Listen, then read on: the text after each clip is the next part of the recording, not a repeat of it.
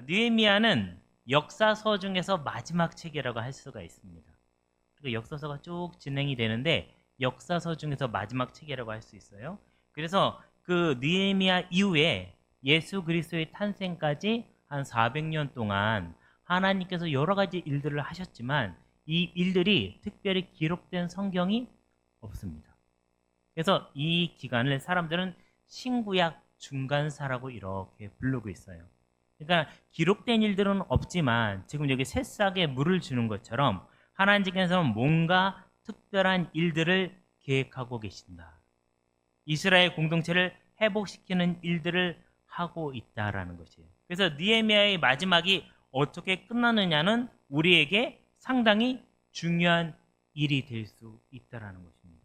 만약에 아버지가 어머니가 돌아가시면서 마지막 유언을 남기면 이거 지키려고 하겠죠.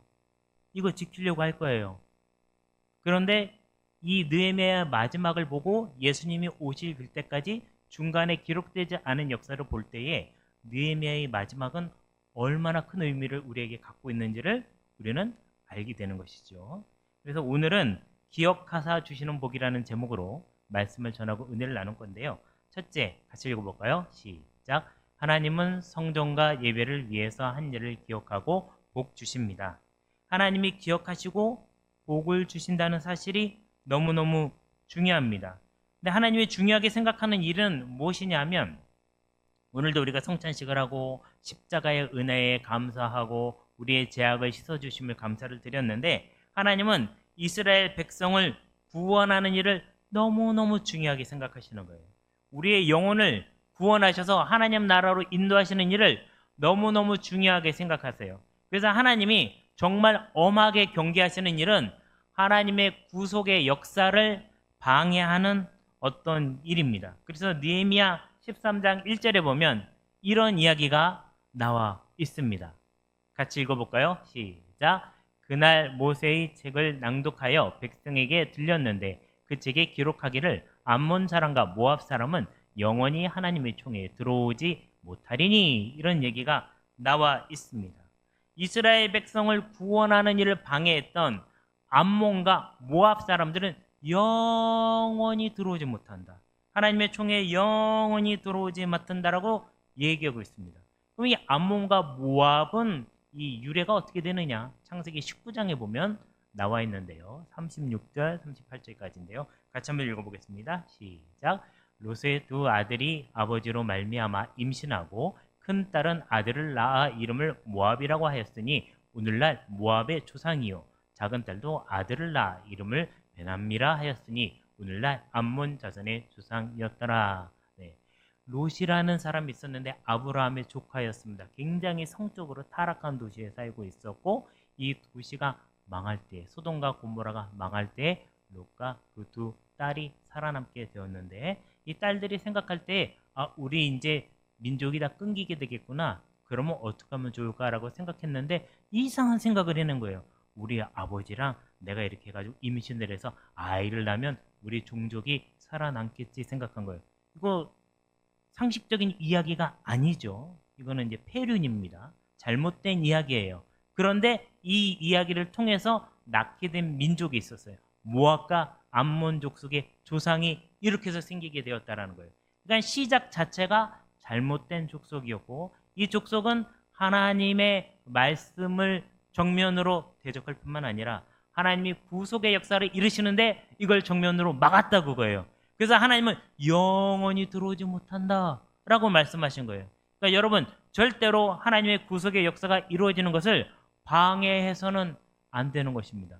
그것은 정말 하나님 앞에 큰 죄악을 저지르는 거예요. 그래서 이 성경에는 우리가 아름답게 여기는 이야기들만 기록되어 있는 것이 아니라 우리의 흑역사도 여기에 기록이 되어 있는 겁니다. 하나님은 나를 있는 모습 그대로 받아주세요. 내가 누구를 미워하고 시기하고 질투하고 음모를 꾸미고 뒤에서 막 모함을 하고 험담을 한 것도 다 기억하고 계시고 그런 모습도 나의 모습이라고 생각하시고 그런 모습 속에서도 하나님은 꽃을 피우시는 분이라는 사실이에요. 그러니까 하나님 앞에 뭐든지 정직하셔야 되는 줄로 믿으시기를 바랍니다. 그리고 이걸 정직하게 얘기할 수 있을 때 우리는 건강해진 것이에요. 그런데 이런 이야기가 있을 때에 우리는 그런 잘못을 보고 허물을 보고 그것을 막 정죄하고 거기에 대해서 꼬투리를 잡고 그리고 그게 잘못됐다 그러면서 그걸로 모든 것을 다 판단하려고 그러거든요. 그래서 우리가 하는 말 중에는 이런 말이 있어요. 일반화의 오류다 라는 말을 하고 있는데 예수님도 그런 비슷한 얘기를 하셨거든요. 누가복음 13장에 이런 말씀을 하셨습니다. 같이 한번 읽어보겠습니다. 시작. 또 실로암에서 망대가 무너져 치어 죽은 18사람이 예루살렘에 거한 다른 모든 사람보다 죄가 더 있는 줄 아느냐? 너에게 이르노니 아니라 너희도 만일 회개하지 아니하면 다 이와 같이 망하리라. 우리는 어떠한 사람들에게 불행한 일이 일어나거나 어떠한 사람에게 허물이 있으면 정죄하는 걸 당연하다고 생각해요. 예수님한테도 이런 걸 물어봤습니다. 근데 예수님이 하시는 말씀이 니네가 생각할 때 갑자기 망대가 무너져서 사람들이 죽었는데 거기 있는 사람들이 죄가 많아서 그런 줄로 생각하냐? 이렇게 되물어 보시는 거예요. 그러면서 하는 말이 너희도 만약 회개하지 않으면 이와 같이 망하리라 말씀하시는 거예요. 그러니까 다른 사람의 죄를 보고 허물을 보고 뒤에서 욕하고 헌담하고 앞에서 막 함부로 대해서는 안 된다라는 거예요. 뭘 보라고 얘기하세요? 나도 혹시 그런 죄가 있는지 보는 것이에요. 야, 모압과 암몬이 하나님의 구속의 역사를 대적했구나. 혹시 나는 그런 것은 없는지 생각해 보아야 해요. 그래서 이런 것을 회개한다라는 것은 그런 것으로부터 돌아서게 되는 것이죠. 이러한 여러분 되시기를 주님의 이름으로 축원합니다. 자, 그래서 이 본문으로 돌아와서 오늘 느헤미야가 바로 잡았던 일이 있는데 그게 뭐냐면 성전과 예배에 관련된 일이었습니다. 자, 말씀 한번 세번역 성경으로 읽어보겠습니다. 시작. 내가 또 알아보니 레위 사람들은 그동안 받을 몫을 받지 못하고 있었다. 그래서 레위 사람들과 노래하는 사람들은 맡은 일을 버리고 저마다 밭이 있는 곳으로 떠났다.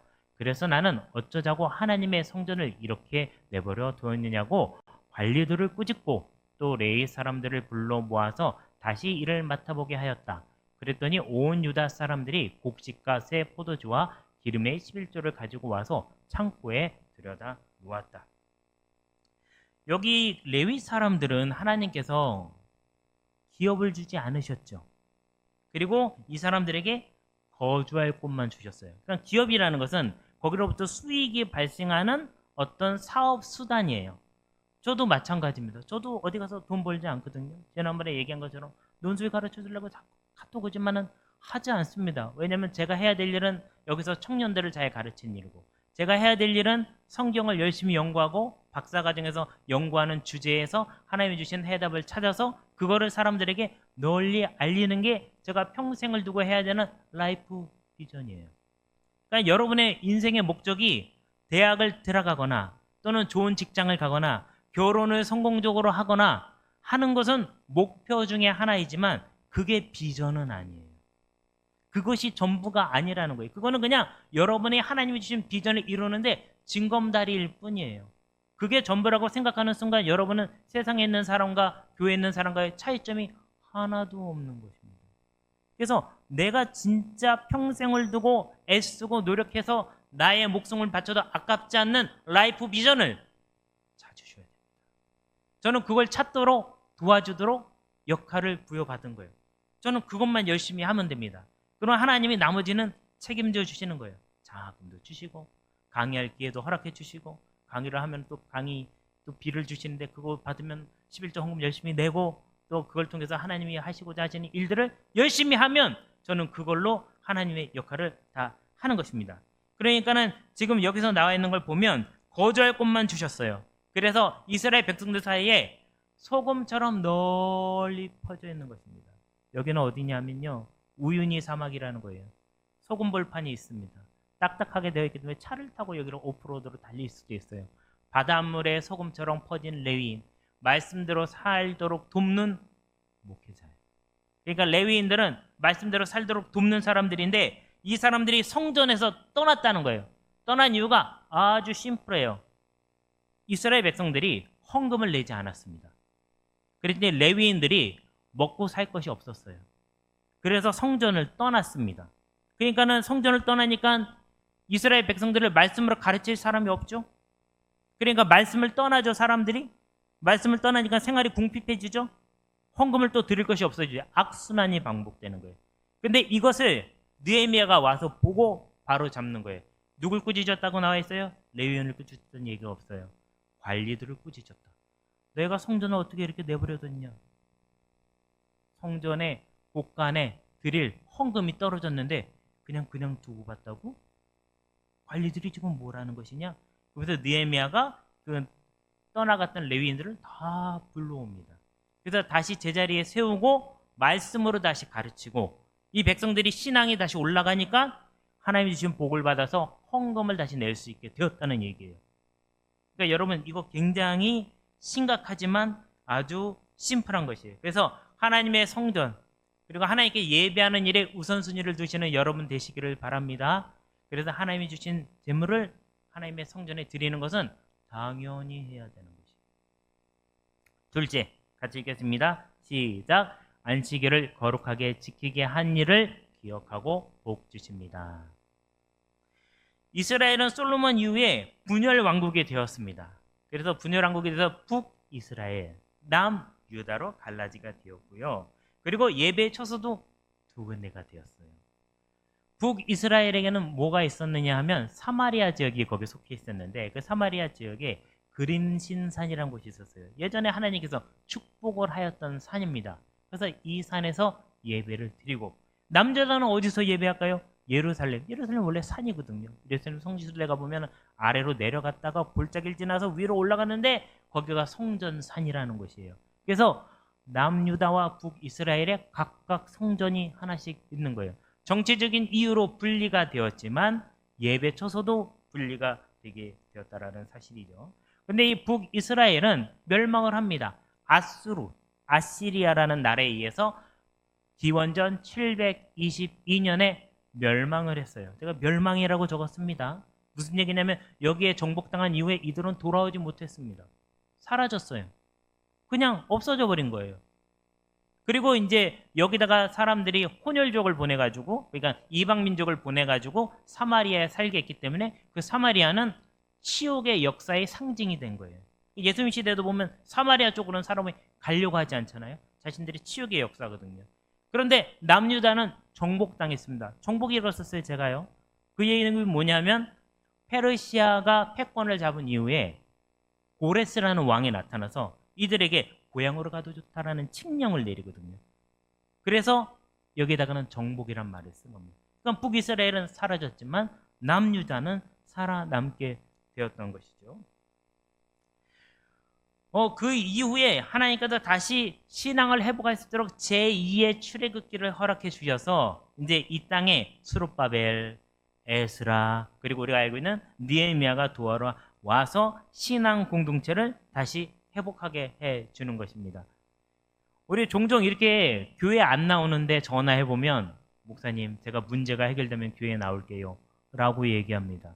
그 얘기도 뭐 틀리는 얘기는 아니에요. 문제 때문에 교회 못 나오실 수도 있죠. 목사님 제가 공부하는 거 끝나면 교회에 나갈게요. 그 얘기도 뭐 틀리는 얘기 아닙니다. 그런데 중요한 것은 문제가 해결되면 교회에 나오는 게 아니라 교회에 나오면 문제가 해결이 됩니다. 믿으시기를 바랍니다. 혹시 여러분이 교회 나와야 되는데 막 마음이 너무 힘들어. 도대체 어떻게 해야 될지 모르겠어요. 그럼 무조건 교회 나오는 거예요. 막 고민하다 10분 정도 늦었어요. 예배 시간이. 그래도 나오시는 거예요. 그걸 이기고 나오는 거예요. 10분을 이기고 나오면 다음엔 그게 5분으로 줄어들고 나중에는 정시에 오게 되고 나중에는 그거보다 더 빨리 오게 되는 것이에요. 하나님이 그 이길 힘을 예배를 통해서 얻게 해주시는 것입니다. 느헤미야는 돈이 생긴 다음에 레위인으로 오라고 한 게 아니라 레위인을 세우고 그 다음에 이스라엘 백성들의 신앙이 회복되니까 그 다음에 재정 문제가 해결되기 시작한 거예요. 여러분 예배로 여러분의 삶의 문제를 이기게 되시기를 주님의 이름으로 축원합니다. 네, 이렇게 우리가 이길 수 있는 힘을 하나님께로 얻게 된다라는 사실입니다. 자, 느헤미야 13장 22절의 말씀, 요 말씀 한번 같이 읽겠습니다. 시작. 내가 또 레위 사람들에게 몸을 정결하게 하고 와서 성문을 지켜서 안식일을 거룩하라 하게 하였느니라. 내 하나님이여 나를 위하여 이 일도 기억하시옵고 주의 크신 은혜대로 나를 아끼시옵소서. 아까 성전에서 그 레위인들이 딱 지켜야 되는 일들이 있었다 그러면 여기서 또 해야 될 일이 하나 또 있었는데 그게 뭐냐 하면 안식일을 거룩하게 지키는 일이었어요. 근데 이 안식일을 지키지 못하게 됐을 때에 이 느헤미야는 안식일을 지킬 수 있도록 레위인들을 먼저 몸을 정결하게 했다고 그래요. 몸을 정결하게 했다는 것은 무슨 뜻일까요? 레위인들이 목욕을 깨끗이 했나요? 뭐 그런 의미일 수도 있지만 더 중요한 것은 그들의 생각을 바로 했다는 거예요. 어떻게 바로 했냐? 말씀대로 살아갈 수 있도록. 그들이 안식일을 지키지 못하는 어떠한 일들을 바르게 판단을 딱 하고 이건 안식일을 범하는 일입니다 라고 케이스 바이 케이스로 결론을 내려줄 수 있도록 세우게 되었다는 거예요. 그런데 이거 성문에 딱 세울 때에 누구를 세웠냐면 느헤미야가 데리고 갔던 종들을 거기다 같이 세우게 됩니다. 이렇게 같이 세우게 되었던 이유는 그 당시에 두로라는 곳에서 사람들이 해산물을 갖고 와서 팔았어요. 두로는 원래 항구거든요. 항구다 보니까 거기에 각종 진귀한 물건들이 많이 들어왔습니다. 그래서 이스라엘 사람들이 두로 사람들이 딱 오면 야 해산물이 있어. 그리고 우리 동네에선 볼 수 없는 물건들이 있네. 그래서 굉장히 반겼습니다. 그래서 거기서 물건을 사서 쓰기 시작했어요. 그러니까는 안식일이 왔을 때에 이들은 뭐가 너무 반가워요? 하나님을 기억하는 것보다 그 물건이 너무 반가운 거예요. 여러분이 교회에 오는데 하나님보다 다른 게 더 반가워. 뭐 우리 친구 중에는 그럴 사람은 없겠지만 교회 오는데 오직 풋살밖에 생각이 안 나. 예배 드리는 동안도 계속 풋살이 생각나. 옛날에 제가 있던 청년부에 어떤 그 철모르는 청년이 한 명 있었는데 이 청년이 선배들이 아마 데리고 가서 이렇게 한번 했었나 봐요, 같이. 근데 투다리에 갔었대, 투다리에. 이 친구가 교회만 오면 그 선배들만 보면 투다리가 생각이 나는 거예요. 그래서 오늘도 예배 끝나고 하나 이러면 생각이 드는 거예요. 예배 시간에 예배는 안 드리고 계속 선배를 쳐다보고 이렇게 손가락 두 개를 가지고 다리에다 계속 치는 거야. 이게 투다리야. 응? 계속 청년 중에 그런 사람 없죠? 계속 치는 거야. 그러니까 선배들이 괴로운 거야. 와, 쟤를 내가 왜 데리고 가가지고. 나중에 목사님한테 얘기하는 목사님, 저희가 잘못했습니다. 쟤를 한번 투다리에 데리고 갔는데 예배 시간에 예배를 안 드리고 계속 이걸로 다리를 때리고 있습니다, 목사님. 어떻게 하면 좋습니까? 네. 교회 왔는데 예배 생각은 안 들고 말씀 생각은 안 들고 오로지 머릿속에 그 생각만 드는 거예요. 네. 그러면 여러분 하나님 앞에 잘못한 거죠? 성문을 걸어 잠궈야 돼요. 그러면 누굴 세워야 돼요? 레위인을 세워야 돼요. 근데 두로 사람은 레위인들 말을 들을까요? 안 들을까요? 안 듣죠. 왜냐면 이방인이잖아요. 그런데 느헤미야가 데리고 온 부하들의 말은 들어요. 왜냐하면 느헤미야는 페르시아 제국의 관리예요. 페르시아 제국의 관리의 말을 듣지 않으면 큰일 납니다. 그 공권력에는 대항할 수가 없습니다. 그래서 느헤미야가 같이 세우는 거예요. 그러니까 느헤미야는 상당한 행정력과 조직력과 그리고 실제적인 권력을 갖고 있었는데 이걸 누굴 위해서 사용합니까? 하나님의 영광을 위해서 사용하고 있었다라는 사실입니다. 자, 우리가 지금 지키고 있는 주일은 안식일은 아니죠. 안식일은 어제예요, 어제. 그래서 안식교를 믿는 사람들 거기에서 제7일 안식교 이런 데서는 토요일 날 모여서 예배를 드립니다. 실제 안식일은 어제였기 때문에. 그럼 오늘은 무슨 날이에요? 예수님이 부활하신 날. 그래서 주님의 날, 주일. 그래서 예수님의 십자가 사랑과 다시 부활하신 것을 우리가 기뻐하는 날입니다. 그래서 이날은 기쁘게 예배를 드리고 예수님의 죽으심을 다시 우리가 기념하는 그 날이라는 것입니다. 여러분 오늘 이 날을 하나님 앞에 기쁘게 여기시기를 바랍니다. 하나님보다 더 높아진 모든 것들을 다 낮추시고 내어버리시기를 주님의 이름으로 축원합니다. 셋째, 같이 한번 읽어볼까요? 시작. 제사장 직분과 레위 사람의 언약을 어김도 기억하십니다. 하나님은 기쁜 일만 기억하신 게 아니라 잘못한 일도 기억하고 있는 것이에요. 그리고 또 이 느헤미야는 그거를 기억해달라고 하나님 앞에 기도를 드리고 있습니다. 앞서 얘기한 두 가지 기억 외에 하나님께 벗어난 것을 기억해달라고 했는데 어떤 얘기냐면 28절의 말씀 같이 읽어보겠습니다. 시작. 대제사장 엘리야십의 손자 요야다의 아들 하나가 호른 사람 산발랏의 사이가 되었으므로 내가 쫓아내어 나를 떠나게 하였느니라. 대제사장은 누구죠? 하나님 앞에 예배를 드리는 사람이에요. 이걸 담당하는 사람이었습니다. 그 사람의 손자가 있었는데 요야다라고 나와 있고 그 아들 중에 하나라고 나와 있는데 이름이 나오지 않은 걸 보면 이 아들은 대제사장의 반열에 드는 사람은 아니었던 것 같아요. 근데 어찌 되었든 간에 이 사람이 산발랏이라는 사람의 사위가 되었다는 거예요. 여러분, 예루살렘 성벽을 재건할 때 악의 축이 되었던 세 명 이름 있죠. 산발랏, 도비야, 게셈이라는 세 명의 사람입니다. 이 산발랏은 특별히 사마리아 지역의 총독이었어요. 그런데 이 느헤미야 일을 너무너무 방해를 했었고 그리고 나름대로 영향력을 미치려고 느헤미야가 잠깐 자리를 비운 사이에 이 자리를 깨차고 들어온 거예요. 그러니까 일종의 정략 결혼을 한 거였죠. 제사장이 분별이 없는 것입니다.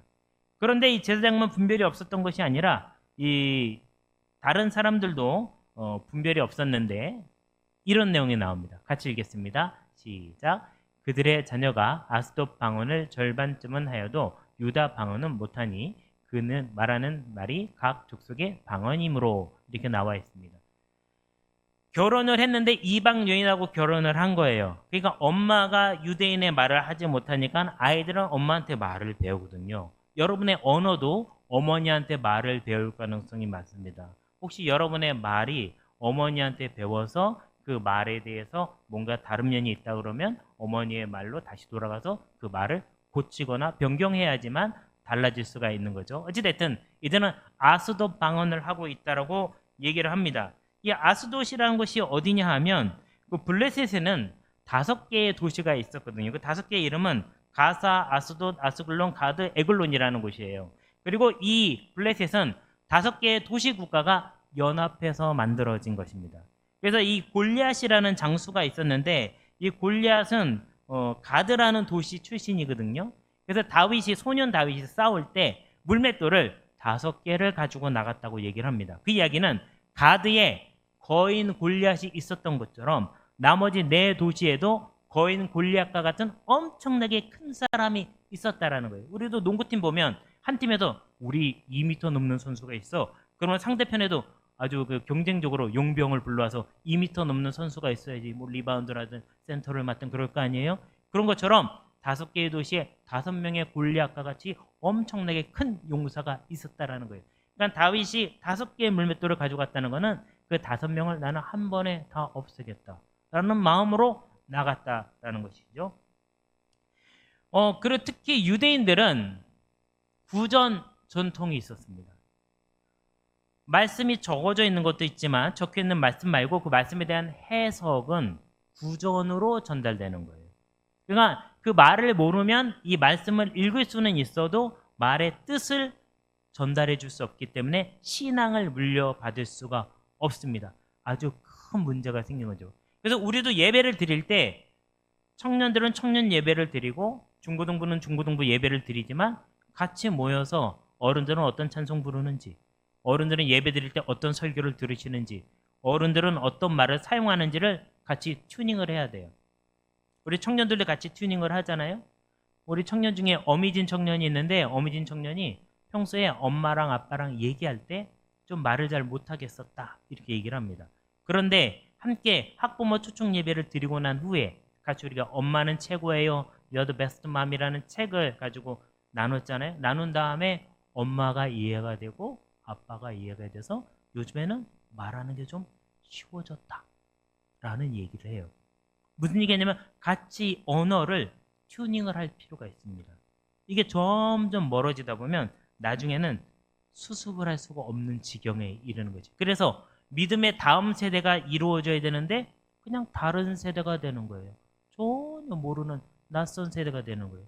그래서 서로 얘기를 못 듣는다, 말을 못 알아듣는다. 그러면서 관계가 점점 멀어지는 것입니다. 지금 이런 심각한 사태가 벌어지게 된 것이죠. 그리고 레위 사람에 대한 언약이 있었어요. 레위 사람의 언약은 어떤 것이 있냐면 많은 사람들이 돌이켜서 죄악을 떠나게 하는 역할을 감당해야 된다는 거예요. 여러분 교육자가 제가 있잖아요. 저는 여러분에게 기분 좋은 말을 하라고 있는 사람이 아니에요. 여러분이 죄악으로 들어갔을 때는 그 죄악으로부터 빠져나오게끔 너 이거는 잘못된 것 같다 라고 얘기해 줄 수 있어야 됩니다.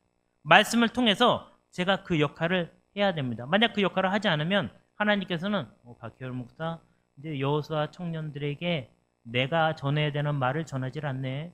그럼 박희열 목사는 여기 더 이상 있을 의미가 없어. 그러니 내가 바깥으로 가게 해줄게. 그리고 하나님이 정리를 하시는 거예요.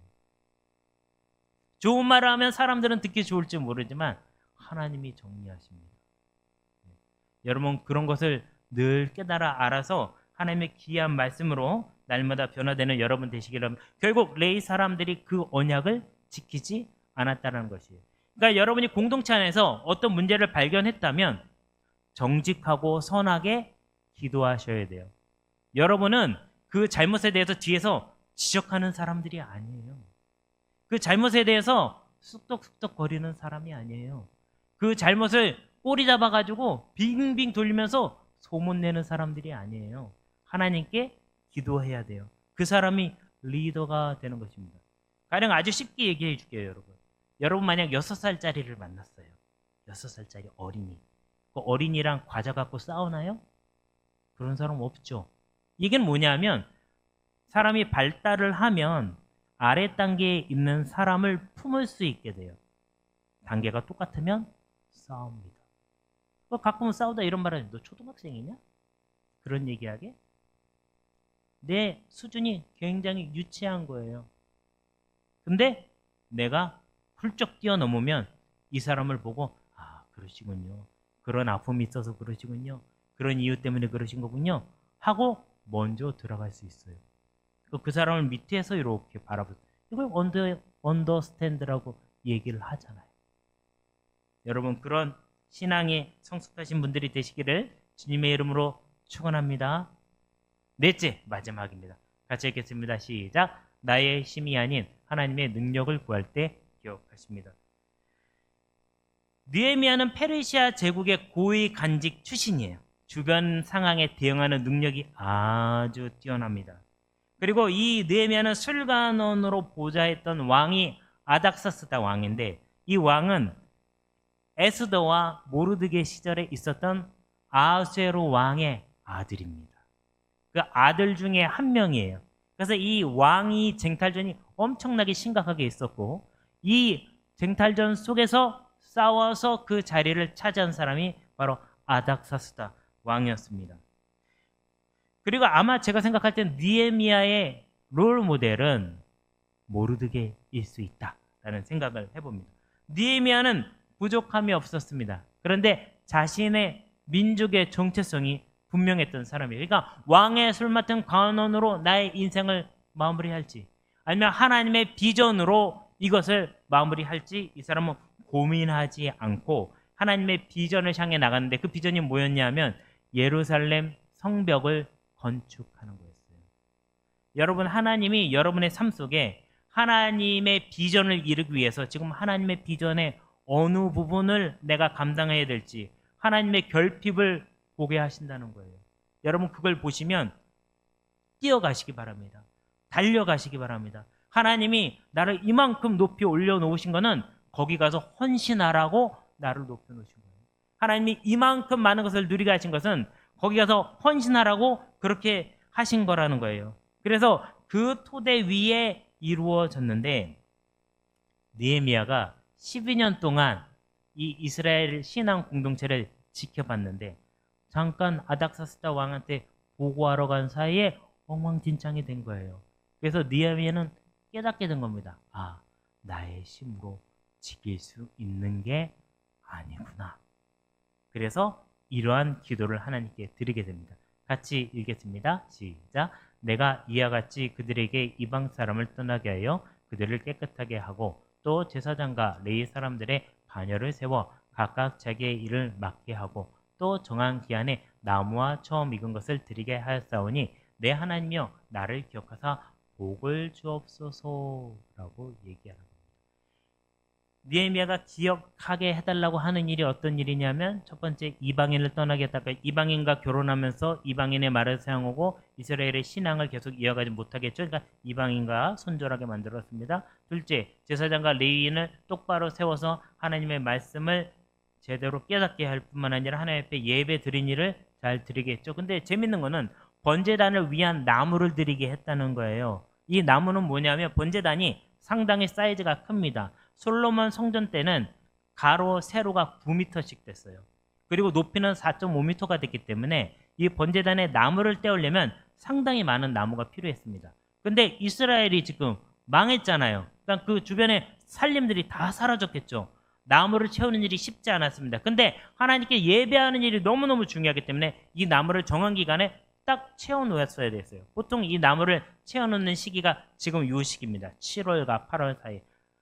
살림이 무성한 시절에 요때 딱 하는 겁니다. 그리고 출애굽을 기억하는 첫 열매를 드리도록 느헤미야는 그렇게 만들었다는 거예요.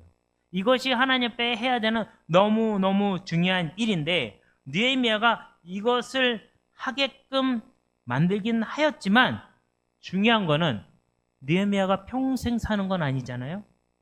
느헤미야도 언젠가 수명이 다합니다. 충독의 역할을 끊임없이 할 수 있는 것은 아닙니다. 느헤미야가 사라지면 이 이스라엘 공동체는 다시 예전으로 돌아갈 거 아니에요? 그러면 이 이스라엘 공동체를 지킬 수 있는 것은 느헤미야가 끝까지 할 수 있는 일이 아닙니다. 저도 예전에 있었던 청년부 8년 동안 제가 청년부를 했는데요. 청년이 처음에 모였을 때 몇 명 있지 않았습니다. 제가 나올 때는 거의 60명 가까이 제적 인원이 되고 많이 나오는 날은 청년들이 40명까지도 이제 주일에 나오고 그랬는데 중요한 사실은 제가 오고 난 다음에는 소그룹도 잘 안 모이고 시들시들하다는 거예요. 똑같은 상황입니다. 느헤미야가 떠난 다음에 이 공동체는 더 이상 유지될 수가 없는 거예요. 그러면 누가 지켜주셔야 될까요? 하나님이 지켜주셔야 된다는 사실이에요. 이스라엘의 마지막 역사는 이렇게 마무리가 되는 겁니다. 하나님이 없이는 살아갈 수 없는 이 공동체. 사람의 능력으로 지키는 것은 한계가 있고 사람이 잠깐만 떠나도 이 공동체는 무너지는데 하나님 이 공동체를 기억하셔서 지켜주십시오라고 느헤미야는 하나님 앞에 기도를 하고 있다는 것입니다. 우리의 삶에도 끝까지 이루시는 하나님을 의지하시기를 주님의 이름으로 축원합니다. 하나님께서 이것을 이루어 주셔야 돼요. 지금 여기 서 있는 것은 이스라엘에 있는 서쪽 벽인데 이 벽은 사실 느헤미야가 세운 벽은 아닙니다. 그 벽은 저 바깥쪽에 있고요. 이것은 헤롯 왕이 세운 성전에 남아 있었던 그 벽 중에 하나가 되겠습니다. 어찌 되었든지 간에 하나님께서 끝까지 이루실 수 있도록 그 하나님을 의지하고 나가야 되는데 이 이후에 이스라엘 백성들은 400년 동안의 하나님의 침묵의 역사가 진행이 됩니다. 하나님은 뭘 하고 계셨을까 한번 생각해 봤습니다. 하나님은 이때 예수 그리스도를 보낼 준비를 하고 계신 게 아니었을까. 이제는 더 이상 하나님께 이렇게 피해 제사를 드리는 것으로 해결되지 않는데 영원한 피값을 치를 수 있는 예수 그리스도를 어린 양으로 보내셔서 우리를 구원해 주시고 영원히 떠나지 않는 성령께서 우리 마음에 오셔서 우리를 주장하시고 보호해 주시기를 하나님은 준비하신 것이 아닐까 생각이 듭니다. 여러분도 예수 그리스도의 십자가의 능력으로 날마다 승리하시고 하나님의 뜻을 이뤄가는 여러분 되시기를 주님의 이름으로 축원합니다.